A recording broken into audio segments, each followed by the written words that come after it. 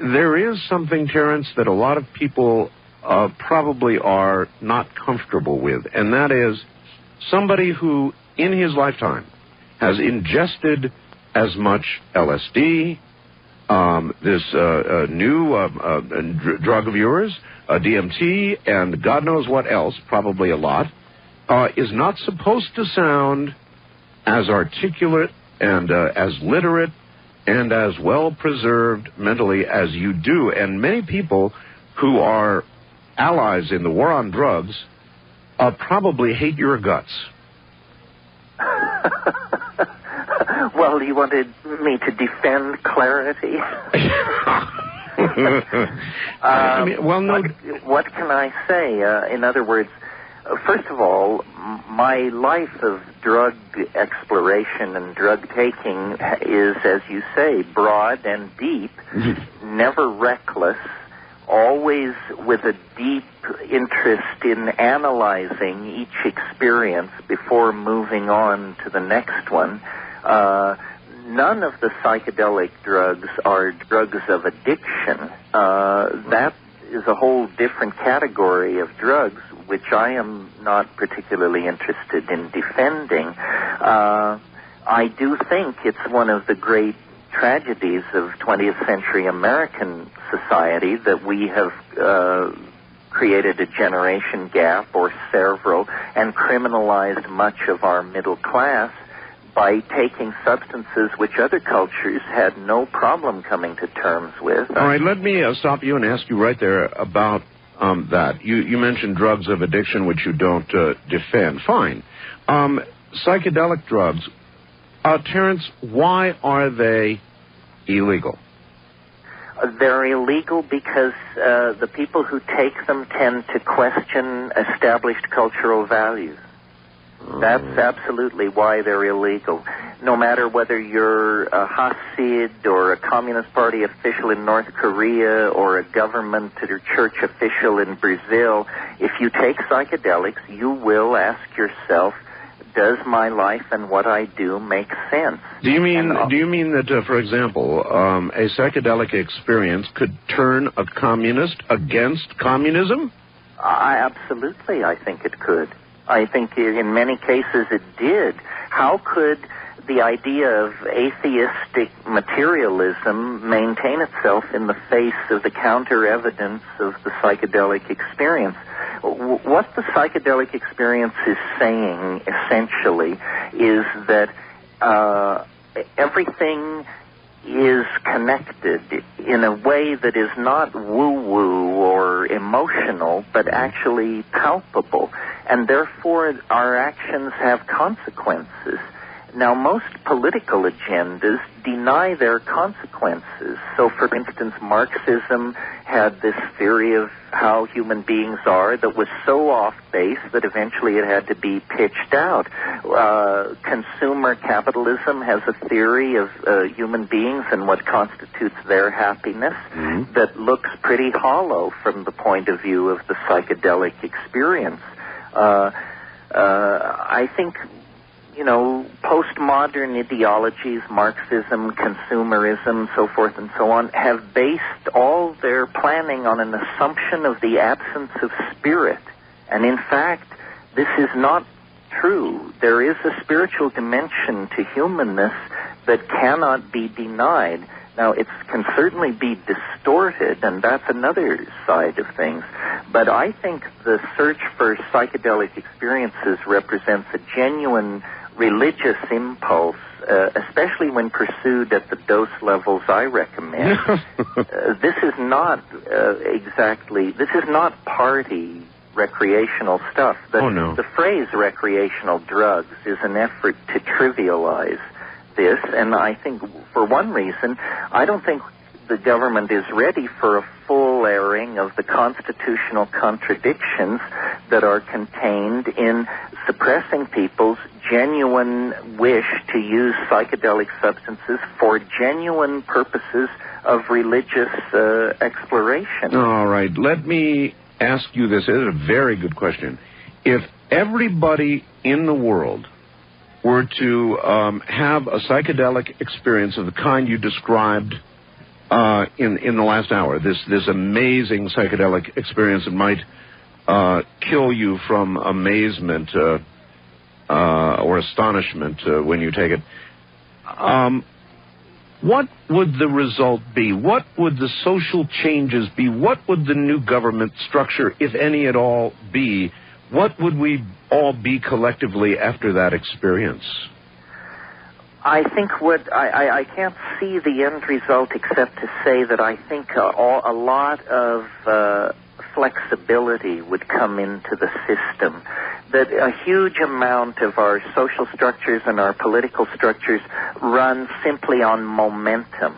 And I think that momentum can be fatal. And it's that momentum that these huge reality-shattering psychedelic experiences deflect, because they push the restart button, and suddenly the innocence of childhood is not a phrase or a memory, it's a revivified experience. So you're saying an adult, somebody even my age, you and I are about the same age, by the way, could do something like this and revisit the astonishment, the newness, the discovery of childhood? Absolutely. And more. I mean, that's a mild thing to claim, knowing what is possible. But we have all seen on television, Terence, the frying pan with whatever it is frying in the pan being compared to our brains. Here are our brains on drugs. Well, as I pointed out, DMT occurs naturally in the human brain. It's nice to see these things simplified down to slogans that can be shouted by one hysterical faction against another. But I think more thoughtful people are beginning to realize these are complex issues. I mean, what we're really talking about when we talk about drugs is the future chemical engineering of the collective states of minds of millions of people. You mentioned everyone has seen this frying brain thing on TV. Yes. TV is the great unexamined and unstudied drug that has been foisted on the consumer populations of the world.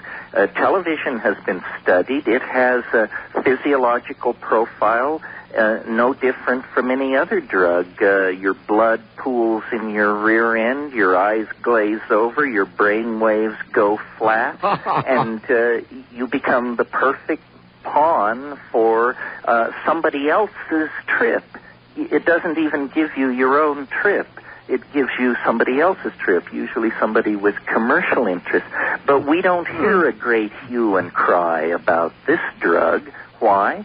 Well, because it serves the agenda of those who are running this culture. Let's talk about another drug for a moment. No. Just before we move on, let's stay with DMT for a second. If everybody who took DMT received the message that consumerism, entrepreneurism, capitalism are good and wonderful things, and that is the spiritual message that you get from DMT, would it be legal? Well, in a way, I think it's becoming legal, because I think where we're going to see it become legal is not as a drug. That's a little touchy in our value system, but as in the form of electronic entertainment a la virtual reality. If you could build a DMT virtual reality, they would come, Art. Well, you were about to move on to some other... Well, I was going to mention a thing about coffee that points out the contradictions in the way the culture approaches drugs. Let me tell you. And that is, medically, coffee has a very dubious profile. It's probably right behind tobacco in terms of liver cancer and this sort of thing. But every labor contract in the Western world makes a place in it for the worker's right twice a day to stop and load up on this drug. This is the coffee break, and it's thought indispensable to civilized life. Well, why don't we have a cannabis break? I don't know, but we'll get to that, but coffee is indispensable. I drink copious amounts of it to achieve each program that I do. So then I guess I am... It is perfectly suited for the industrial process of the manufacturing of objects, television programs, production schedules, you name it. It's a marvelous drug for an industrial economy in the same way that I suppose coca in South America is a marvelous drug for a high-altitude herding, nomadic population. In other words, these drugs fit certain social situations. Cannabis provokes a sort of disinterest in the work cycle, a more philosophical, laid-back, non-consuming approach. And so, of course, it's demonized with the hardest of hard drugs and just presented as the scourge of suffering mankind. Oh, it's the biggest lie we tell. I could not be more angry. Hey, there was news the other night that they just have legalized the growth of hemp in Canada beginning next year. I heard that it was BC. I didn't hear it was all of Canada. Oh, just BC. Well, anyway, that will be a grand experiment indeed. So I'm glad to see it. Well, eventually I think the drug thing will change because, for one reason, Europe is way out in front on this. European politics is not under the thumb of a right-wing fundamentalist agenda the way American politics is, and a lot of European social policy is actually made quite sensibly and not along ideological grounds. And the statistics, for instance, that Holland, with the loosest drug policy and legalized prostitution, has both the lowest rate of heroin addiction and the lowest rate of AIDS infection in Europe. Public health officials, whether they think of themselves as conservatives or liberals, have to live within their budgets. And when they see that certain policies cause certain problems to disappear, that frees up money for other things. And so the Dutch experiment, it's not well reported in America, but I think at the policy-making level, it's being looked at very closely. So they have not as much AIDS, they have not as much addiction. What about, you covered a very important point with respect to coffee. It's a drug of productivity. Right. What about productivity? Has their productivity declined? Is there any record yet to go on? What do we know? I don't know. I can speak from being there, and I can say yes, that I think what you have to put up with is a whole society that is sort of like a college student's apartment. Have you been to Amsterdam? I have not. I've been right next to it, but I certainly... My wife was trying to get me to fly to Amsterdam, and I should have. It was just a short little hop, but we're going back to Europe, and I will go visit Amsterdam. Well, you'll see that it's a country which is like a college town. So that's the cost of having these laid-back, easygoing attitudes on these social issues. But before they would allow that to occur in America, they would machine gun people to the ground. Well, this is the problem, that we inherit, we have a political dialogue which is extremely shrill. We tend to splinter and factionalize, and then people get into take-no-prisoner attitudes, and they want to launch holy wars. And, I once heard politics in America described as a civil war in a leper colony. Is that right? And listen, while we're on the subject of today's political scene, you know what all the headlines are, and everybody's talking about it. What I call the gropening. Well, I think, you mean, what do I think about all this? Yeah, of course. I think it's a fascinating situation when the Republicans are contemplating impeaching a president with a 72% approval rating. I think what this may be all about is it seems like some kind of culture war is coming to a head. No pun intended. I would like us to come through this thing in a place where we could finally tell the French to go to hell when they start yakking about how we're obsessed with people's sex lives. It seems to me the history of the special prosecutor, and I don't know if you've gone through this or if you're personally aware, but it's very murky. These people have been after this guy, and obviously Bill Clinton is you don't become governor of Arkansas 4 times without being, in my book, some kind of a monster. Nevertheless, Franklin Delano Roosevelt said of Stalin, our monster. Our monster, yeah. Now, most of conservative talk radio all across America, all I hear is, my God, how can the polls be saying this? It's impossible. What's happened to America? Why is the president so popular? That's what everybody's asking. Why is he so popular? Because it's an issue where people can finally vote against having all this moralizing, right-wing, fundamentalist, holier-than-thou crap shoved down their throats. Yeah. And people love to support the president, even if they think the very worst of him in the case of his behavior with these women. I think it's a real resentment against... I mean, do you believe... I read a statistic that some radical S&M scene went online on the internet, and it took them 3 days to get the computers cranked open enough to accept all of the calls from Washington, D.C. So I just think it's a nest of vipers. Do you have that URL? It's similar to Girls Without Razors. Oh, my God. All right. Terence, hold on. It's a great place to break while I try and catch my breath. Terence McKenna is my guest.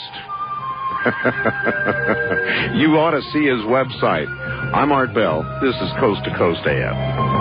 Now, here again is Art. Okay, here again I am. My guest, of course, is Terence McKenna. And again, if you're enjoying this, you will certainly enjoy a trip, no pun intended, to his website, which is linked to ours. And mine, of course, is www.artbell.com. Just scroll down to the name Terence McKenna and trip on over. Well, I went to Paris. I was in Paris. I was lucky enough to take the Concorde at twice the speed of sound to Paris. It was so cool.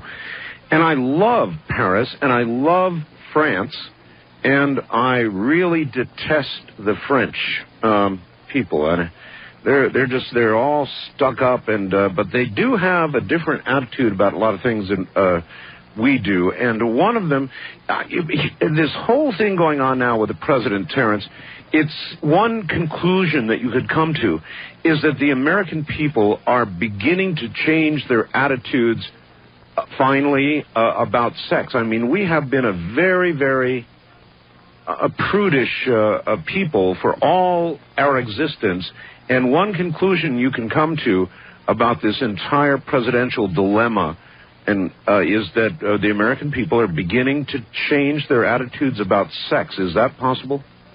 Yes, I don't think you can conclude anything else. They are changing their attitudes about sex, and they're accepting that the depth of penetration of modern media into people's lives is going to bring them this information, and they don't want it to mess with the political process, which is, as you say, a very French attitude. Let's let these people have their personal lives. I'm sure Hillary can discipline Bill if that's necessary, and the rest of us should get on with the business of governing.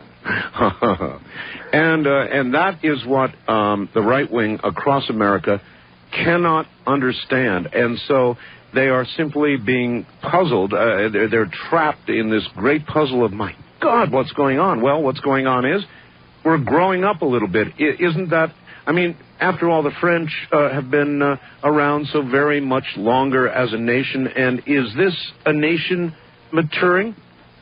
Well, I think not only is that what's going on, but the right wing needs to look closer to home. What's going on is they're getting ready to commit suicide for the second or third time in 4 years by moving to impeach one of the most popular presidents in the 20th century at the end of the most brilliant economic expansion the country has ever known. This is a prescription for catastrophe for the right, and they're charging ahead full bore with their usual devil-may-care attitude. So once again, they've invented a new way to commit suicide. Well, I, first of all, don't think that the political right wing, when you break it down to individuals, sexually is any different at all than the political left wing, perhaps the only difference being that they keep their whips and chains in closets. Yes, I think it's to try people for their sexual peculiarities and faux pas. It is a sign of a totally juvenile country, and as you say, I think we're moving beyond that. Now, if this president had fouled up the economy and the stock market were down 1,000 points, then there might be some political rationale in all of this. But at the moment, it appears just madness to me, and I think will be very detrimental to any long-term right-wing agenda. Well, the right wing, of course, if those conditions had prevailed, would have burned, put Mr. Clinton on a stake and burned him alive, and the left wing would have quietly accepted that, and we would have moved into a sort of an older, more Victorian period, but it doesn't appear as though that is going to happen. And as you point out, the right wing is probably going to self-immolate if they proceed as they are right now. Yes, I think, was it last weekend where Trent Lott said he thought the special prosecutor should put his cards on the table, and if it didn't fly, to drop it, and then they jerked him around, and 24 hours later he was calling for focus on the president's role in obstruction of justice and all this. So they can't get it straight. They have incredibly bad political instincts for a majority party in the world's most dynamic democracy. Even though individually they're not sexually, in my opinion, any different than anybody else, politically, they seem to not be able to leave the moralistic line. And I'm not suggesting that immorality is necessarily a virtue, and I don't mean and intend for people to believe that, but simply a tolerance. They want to be left alone. They don't want somebody else to set their moral agenda. People like their Hustler magazine, and they like their beer, and they like to do what they like to do. To my mind, that's a more authentic American impulse to do what you want to do than this recursion to the Puritan impulse, which is to tell everybody else what to do. What's the fun in that? All right. We are shortly going to go to the phones, and that should be quite an experience in itself. I've got a fax here, which I guess I had to read you. Art, I just wanted to thank you for having Terence on your program. And he has these questions. Impacts of currently legal drugs in our society, in other words, alcohol, tobacco, sugar, compared to the impact of currently illegal psychedelics in our society, like marijuana, LSD, and psilocybin. Multimedia film he worked on recently entitled Strange Attractors, shown a few months ago here in Austin, Texas, with a message of psychedelic consciousness. What exactly were the blue apples referenced in the film and your message behind it? Well, first of all, let me say that was a film that I was an actor in. I was not a the director or the writer, so I wasn't in control of the message. The blue apples were simply symbolic of all psychedelic plants. They didn't want to name a specific psychedelic plant, so the blue apples became a symbolic carrier of all of them. As long as the subject has come up, I would recommend to people to see that film. It certainly is state-of-the-art for computer graphic special effects on small budgets. It was done by Rose X Productions down in Austin, really talented friends of mine. All right. Here's another one. As a teacher, website publisher, and author, I am convinced now that genetics will have more to do with the next 200 years than any other science. In that regard, when we learn how to recreate ourselves, then might we be able to produce humans with minds that are capable of understanding the connection between mind and energy and mind and matter? Could we not then recreate our entire selves and the universe?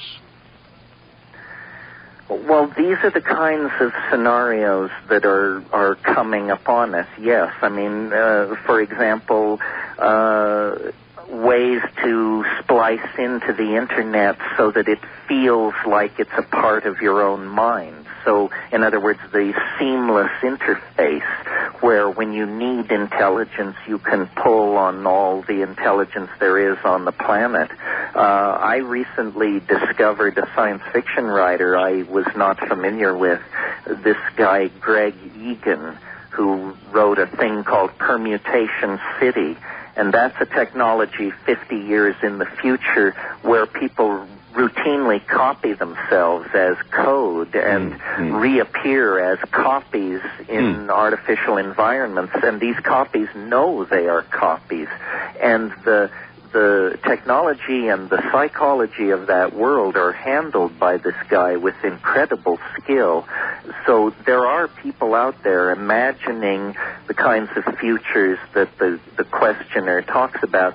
The very biggest issues are going to be dealt with. In other words, what is intelligence? What is identity? What is being itself? Can death be transcended through somehow becoming part of this global symbiotic hyperorganism that our technology is creating? We stand really in a place no one has ever stood before, and what will come of it? You know, genetics is one frontier. Another frontier is nanotechnology. Another frontier is human-machine interfacing. Another frontier is human life extension. When you pile up all this stuff and realize that major discoveries are being made in all these fields simultaneously, you begin to see that the morphogenetic momentum for this thing that wants to be born out of the human species is at this point almost unstoppable and inevitable, I think. We're all just witnesses to this unfolding. This is the culmination of 25,000 years of human striving and technology testing and language acquisition, and now we're about to make the big leap into the great question mark. You mentioned copies, Terence, copies, that we'd be able to have copies of ourselves. Now, that's very interesting. A copy would be a precise copy of us, and you said it would know that it is a copy. But I see a problem here because that copy would contain the same ego that the original has, and the only way to satisfy that I can see for the copy would be to liquidate the original, and then it would feel good. Well, these kinds of feelings and situations are what drives Greg Egan's fiction. His copies behave like human beings with drives and neuroses, and but his main strength doesn't lie so much in portraying the psychology of these people as in imagining and describing in a way that convinces you it could be the technologies that will make this stuff happen. And, of course, he's concentrating on artificial worlds of the silicon variety, but then when you put in nanotechnology and some of this other stuff, It really is dazzling. I don't think anyone can triangulate all these factors without having the feeling that we're approaching some kind of singularity. You and I talked about this. I mean, the quickening that you've written about and the novelty theory that I've written about are both metaphors for this sense of impending cross-fertilization and implosion of all knowledge. Before we leave the present day Silicon area, I want to ask you about this pending incredible doomsday Y2K scenario in which, 2000 is going to come and the mainframes are going to crash. My God, there goes Social Security. There goes all the government's computers. And we are now so tied in and dependent upon all this that many people are saying it's real. Don't laugh. Everything is going to crash. Nobody's preparing. That day is going to come. It's going to be a computer Armageddon. Well, I've heard all this, and I've visited the websites, and while I'm reading the propaganda of these people, it seems alarming. On the other hand, I have an intuition that it represents some kind of culling. I mean, the word has been out now for about 2 years, and more institutions are scrambling to become 2000 compatible. But they're not making it, Terence, and one has to ask the obvious rebellious question is could it possibly be a good thing? Well, and how extensive will it be? That's the question that where the experts seem to differ. I've seen pieces which say it's a hiccup on the way to the end of history, and other people say it is the end of history. Well, it would certainly bring an awful lot of paradigms and institutions tumbling down all at once if the doomsayers are correct, and I would think that you might consider that had an upside somehow. Well, it depends on how far back it takes us. In other words, if it takes us back, the ones who are heading for the hills with dried meat, if they're right, that's a little disturbing. If, on the other hand... I'm advertising absolutely fresh abacuses or something. Yes. I think that as we get closer to it, the spending curve on the problem by corporations should tell us how real it is. Well, that's true. It's their goose that's going to be cooked. So let's watch company outlays for Y2K consultants, and if it soars toward infinity, the rest of us better start packing our lunches. But what I am told is that it's too late. That even if they took all the computer programmers capable of going to work on this problem and started them right now, they wouldn't even get close to solving the problem by the time the magic day hits and everything goes kaboom. Well, maybe that's not true. I'm sure these consultants are not saying that, because the obvious conclusion would be, well, then we won't pay your fee to even attempt to fix it. No, these are independent people, not the people who are seeking to go out and get all the money for fixing it's too late. Yes. Yes, well, then the question that needs to be answered is, too late for what?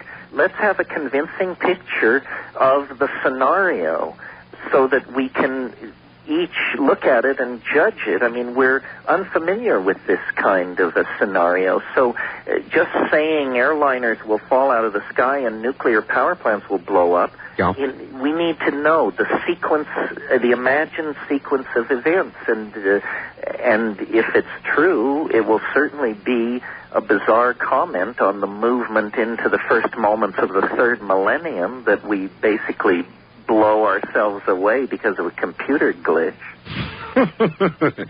Well, I wonder if we are truly that dependent, and I sort of imagine that we are. Every single function of government is computer controlled. Most of them have this problem. I mean, I could go on and mention every alphabet agency. My God, NSA, CIA, they'll fall apart along with Social Security, along with the Veterans Administration, and checks that go out. Well, then I guess the question is, what happens to the money? Is some kind of enormous heist of the whole human race? Is that why there's so little interest in fixing the problem? Because, in fact, the problem is somehow going to make a lot of people incredibly wealthy, and no one will be able to trace the exact outlines of the heist. I have even my own webmaster, who's brilliant, Keith Rowland, has several commercial programs that he has written. I mean, he's really good. And even he has the Y2K problem, and he's not so sure he can get it fixed for his clients in time. So this really is a serious problem. I get a lot of email about it, and I've been considering it, thinking about it, and if all came tumbling down, I am not convinced that it would be a bad thing. Maybe I need to get an advertisement. How you can profit from the Y2K crash? Well, I think probably we should be also talking about organizing tested sub-networks where the date has already been simulated. Apple claims all its machinery is Y2K compatible, and so... Yeah, but they're desperate, though. Yes. I agree. Do you have an Apple? I'm devoted. With a name like McKenna, could I not have a Mac? It's like it's a good machine, Terence, but it's like a beta recorder. Well, but my son and his hotshot friends tell me anybody who doesn't learn Unix is a wuss anyway and a lost soul. So that puts us probably both in hot water. Yeah, probably so. Every time I say something like this, I get, oh, you wouldn't... I mean, people are so attached to their computers. The Mac users, they flood me with vicious, ugly, hate-filled mail. When we come back, we're going to go to the phone. Stay right there. You've got a good long break, Terence. I'm Art Bell. This is Coast to Coast AM. I'm Art Bell. Terence McKenna's here, and we're about to go to the phones to who knows what. 5. All right, back now to the world of Terence McKenna on the side of a volcano. By the way, Terence, just in case somebody or something does eventually push alternate control delete, being there on the side of a volcano, you would be the first, probably in all probability, to experience the moment of deletion. Well, it depends.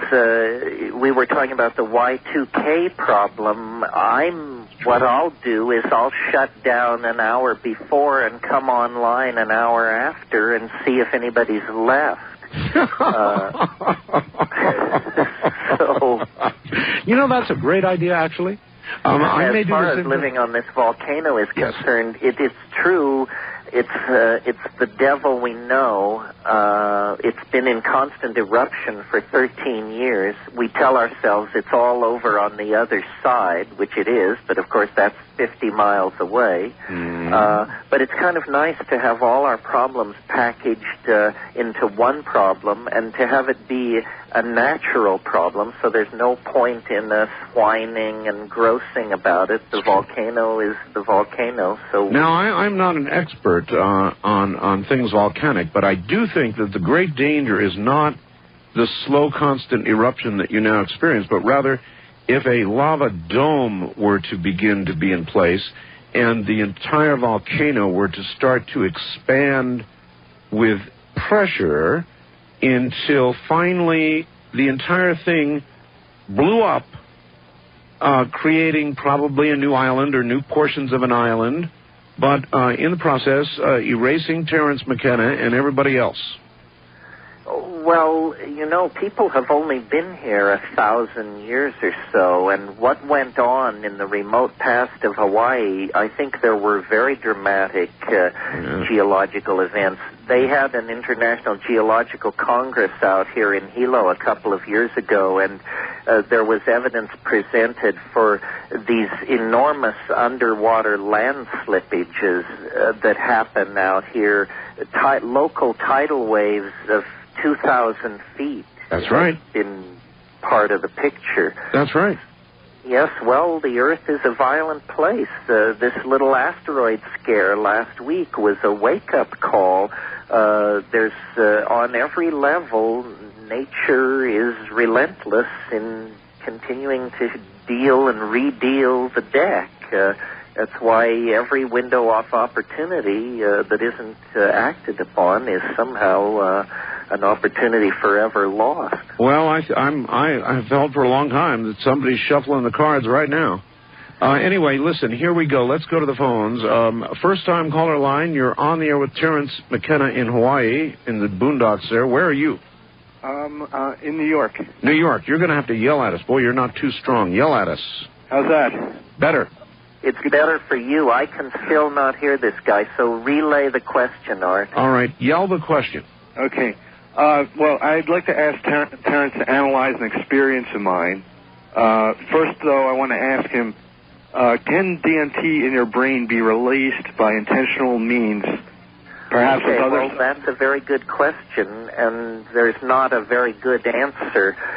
If DMT could be released by spontaneously or through some act of will, we might have an explanation in hand of certain kinds of paranormal phenomena. Years ago, when I studied yoga in India and read all these yoga texts, I was on the trail of the idea that using your body as a chemical factory to naturally manufacture these active hallucinogens may be what yoga is about. And I still think that that's a reasonable hypothesis.